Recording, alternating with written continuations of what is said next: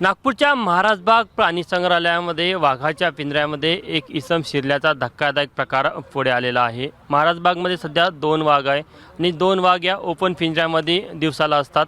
मात्र रात्रीच्या वेळेस जेव्हा नाईट शेल्टर आहे त्या नाईट शेल्टरमध्ये वाघ ठेवले जातात आणि इथले जे कर्मचारी आहेत त्यांच्यासाठी हा सर्व्हिस रोड आहे आणि आपण इथे बघतो की हा जवळपास 18 फुटाचा उंचीचा हा पिंजरा आहे। याच पिंजऱ्याला ओलांडून तो इसम आतमध्ये शिरल्याचं सांगितलं जात आहे आणि सकाळी इथे येणारे जे कर्मचारी आहेत त्यांना तो दिसला। त्यानंतर मग त्यांनी स्थानिक पोलिसांना माहिती दिली आणि त्यानंतर त्या इसमाला ताब्यात घेतलं। मात्र निश्चित अत्यंत धक्कादायक असा हा संपूर्ण प्रकार आहे। जर का वाघ शेल्टर हाऊसमध्ये नसतात तर कदाचित मोठा घातपात घडण्याची देखील एक शक्यता व्यक्त केली जात आहे। आपल्यासोबत बावस्कर सर आहे, इथले अधीक्षक आहे। सर, नेमकं तो व्यक्ती कोण आहे, कशासाठी आला, काही कळलं का? त्या व्यक्तीशी बोलताना सकाळी जे कर्मचारी आपले त्याच्याशी बोलले त्यांच्या म्हणण्यानुसार तो व्यक्ती थोडासा वेडसर वाटला त्यांना, परंतु तरीही अशा प्रकारची घटना म्हणजे जे काय त्यानं केलं ते कायद्याचं उल्लंघन आहे। मग त्या हिशोबाने आपण पोलीस प्रशासन व वन विभाग यांना इन्फॉर्म केलं।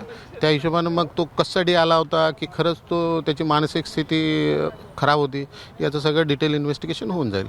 बरं, वाघ नाईट शेल्टरमध्ये होता, जर तिथे नसता आणि मोकळ्या पिंजऱ्यामध्ये असता तर तेवढं आपल्याला म्हणजे नेहमीच ऑन द टो राहावं लागते, कॉशियस राहावं लागते। दुर्घटना केव्हाही घडेल तर मग त्याच्यासाठी आपण अलर्ट तसा स्टाफ राहतोच।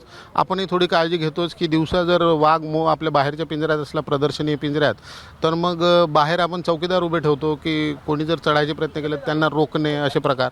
आणि रात्रीच्या वेळेस जेव्हा पब्लिक कमी असते तेव्हा ॲक्सेस कमी असते तेव्हा मग हे डबल सिक्युरिटी बॅरियर असतेच आपलं की तो नाईट शेल्टर फीडिंग क्युबिकल व्यक्ती कोण होता, त्याचं नाव काय, कुठनं आला होता, काही कळलं? नावं विचारण्यात आले पण त्यानं वेगळे काहीतरी नावं सांगितले, तर मग डिटेल अजून त्याचं नाव गाव ते काही अजून डिटेल नाही आहे।